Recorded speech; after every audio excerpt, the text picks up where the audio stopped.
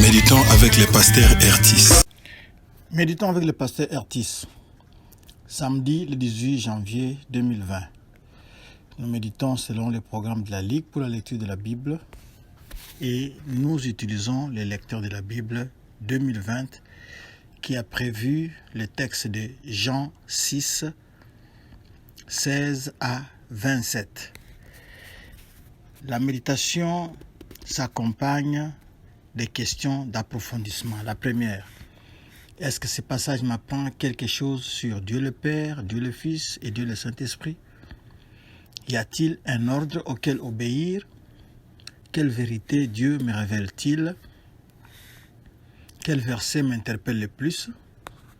Pour ma prière, y a-t-il quelque chose que Dieu me montre dont j'ai à me repentir, auquel croire et obéir, pour lequel le remercier et le louer, pour lequel lui formuler ma demande?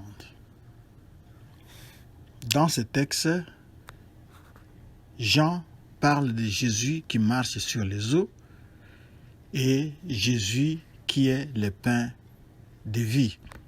Prions. Père Tout-Puissant, nous bénissons ton nom pour nous avoir envoyé Jésus-Christ. Personne n'a vu Dieu, mais le Fils qui est descendu du ciel nous montre qui est Dieu, comment il est, comment se comporter devant lui. Merci surtout parce qu'il est venu au secours de nos faiblesses. Nous ne pouvions pas nous sauver nous-mêmes. Il a fallu qu'il vienne pour le faire. Que son nom soit glorifié. Amen. Shalom, bien-aimés. Bon week-end. Nous démarrons avec le verset de la semaine. Il faut qu'il croisse et que je diminue. Jean 3, 30. Le verset de la semaine signifie que nous devons faire un effort pour qu'à la fin de la semaine, que nous ayons mémorisé ces versets, que nous soyons capables de les citer des mémoires. C'est ça le verset du jour. En ce qui concerne la méditation du passage qui nous est réservé,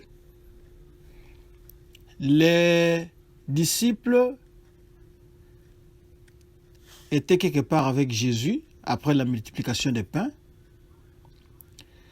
et ils sont montés dans une barque. Ils étaient en train de traverser la mer pour rentrer à Capernaum, leur quartier général. C'était déjà la nuit et ils étaient seuls dans la barque. Jésus n'était pas avec eux. Il y avait un grand vent qui soufflait sur la mer et ils étaient à peu près à 5-6 km du rivage, donc de là où ils ont quitté, et ils voient un spectacle effrayant, un spectacle étonnant. Quelqu'un était en train de marcher sur les eaux, sur la mer. Quelqu'un marchait naturellement sur la mer. Ça, c'est le 5e signe que Jean a enregistré pour montrer que Jésus-Christ est Dieu. Il n'y a que Dieu qui pouvait marcher sur l'eau. Il n'y a que Dieu qui pouvait calmer la mer, la tempête.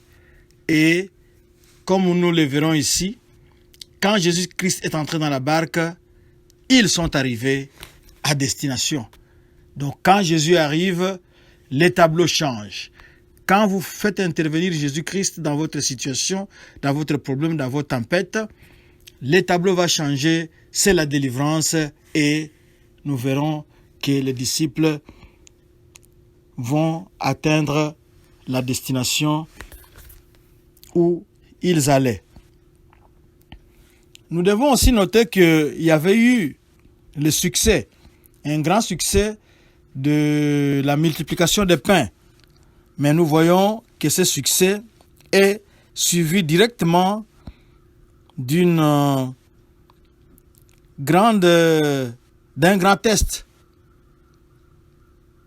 d'une grande tentation, si on peut dire, d'un grand test. On est en train de tester un peu la foi des disciples. Alors, le vrai disciple, c'est celui qui suit de façon très serrée, de façon proche, celui qui suit Jésus-Christ. Il n'est pas celui qui abandonne quand ses besoins sont satisfaits, mais il est celui qui reste fidèle, qui reste au pied du Maître. Du verset 19 plutôt, au verset 21, les disciples sont effrayés, mais Jésus arrive. Et qu'est-ce qu'il dit? Il dit, nous allons lire cela, verset 20, mais Jésus leur dit, c'est moi, n'ayez pas peur, c'est moi. Si vous vous rappelez de ces paroles, c'est moi, Jésus était en train de s'identifier lui-même comme le grand je suis, the great I am, le grand je suis. Quand Dieu était apparu à Moïse, ils ont conversé, il s'était présenté en Exode 3,14 comme étant le je suis. Et nous verrons au jardin de Gethsemane, quand on est venu arrêter Jésus-Christ, la cohorte que Judas avait amenée pour arrêter Jésus-Christ, Jésus, quand il s'était présenté à eux, en disant, qui cherchez-vous? Nous cherchons Jésus-Christ. Jésus-Christ répondra, je le suis, c'est moi. I am. C'est dans Jean 18, 5 à 6. Vous verrez au verset 6, seulement le fait de prononcer je suis, ça a projeté, ça a fait tomber par terre tous ceux qui étaient venus l'arrêter. Ils reculèrent et tombèrent. Réalisez les passages de Jean 18, verset 6. Vous verrez comment la prononciation, la déclaration de Jésus-Christ comme étant le grand je suis, comme étant the great I am, comment cela a mis la pagaille, comment cela a repoussé ceux qui étaient venus l'arrêter. Alors, Jésus ici s'identifie à eux, que c'est moi. C'est le même Jésus-là qui vient au milieu de nos tempêtes. Il n'a pas changé, il est le même hier, aujourd'hui, éternellement. Quand il vient, il dit toujours « Je suis ». Il est là. Il est prêt à calmer votre tempête. Il est prêt, il est à côté de vous. Il ne vous abandonne pas, il ne vous délaisse pas. Il est là. Il est toujours proche des siens. Ils étaient dans la peur, ils ramaient à contre-courant, mais Jésus-Christ entre dans la barque et c'est fini. La délivrance est là. Il est là pour calmer. Il est là pour faire vaincre. Il est là pour que vous puissiez ne plus avoir peur, mais que vous puissiez vaincre. Vous allez vaincre avec lui. Au verset 27, travaillez non pour la nourriture qui périt, mais pour celle qui subsiste, pour la vie éternelle, et que le Fils de l'homme vous donnera, car c'est lui que le Père, que Dieu a marqué de son sceau. Nous voyons les gens suivre Jésus pour de mauvais motifs. Parce qu'ils avaient mangé du pain, et ils veulent suivre Jésus pour continuer à manger du pain. Les gens sont préoccupés par l'heure présente, par les moments présents, par les besoins présents. Mais ils sont en train de rejeter le Sauveur qui veut leur donner un avenir éternel, qui veut leur donner la vie éternelle. Les gens cherchent le pain qui fera peut-être 5-6 heures dans l'estomac et se dégager. Et ils ne veulent pas prendre le pain qui descend du ciel, le pain de vie qui est Jésus-Christ. Jésus est venu pour donner la vie éternelle. C'est ça le premier but ou le premier don que Dieu nous a donné. Pas quelque chose qui dure quelques heures seulement, mais quelque chose qui sera là même jusque dans l'éternité.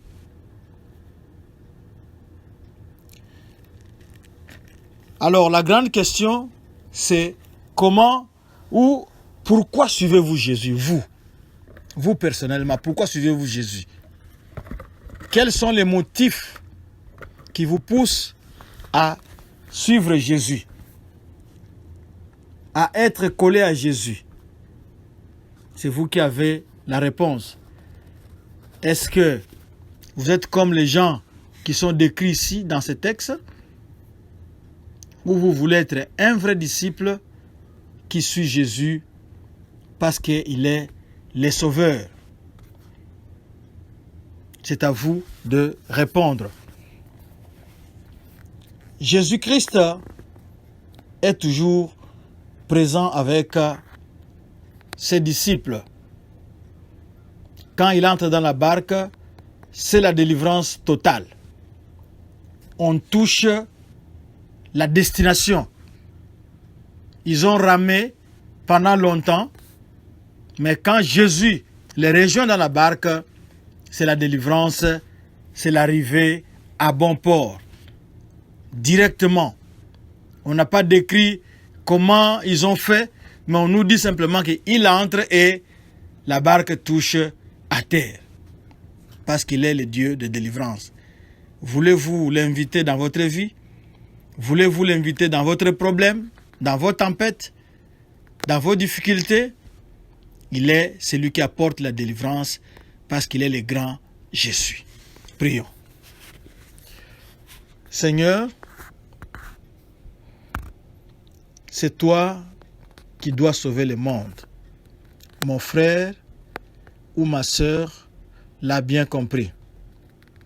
C'est pour cela qu'il t'invite dans son cœur pour que tu deviennes son sauveur. Il t'invite dans son problème parce que quand toi tu arrives, la situation change. Quand toi tu arrives, les difficultés s'enfuient. Parce que quand tu es là, c'est la délivrance totale. Merci de pardonner nos péchés et de nous remplir de ton Saint-Esprit et d'écrire nos noms dans ton livre de vie. Amen. Notre adresse, Doxadeo Lushi sur Facebook, Doxadeo Lubumbashi sur YouTube et Twitter et www.doxadeo.com. C'est notre site internet où vous trouverez beaucoup de ressources pour votre vie chrétienne. Que Dieu vous bénisse. Shalom et bon week-end.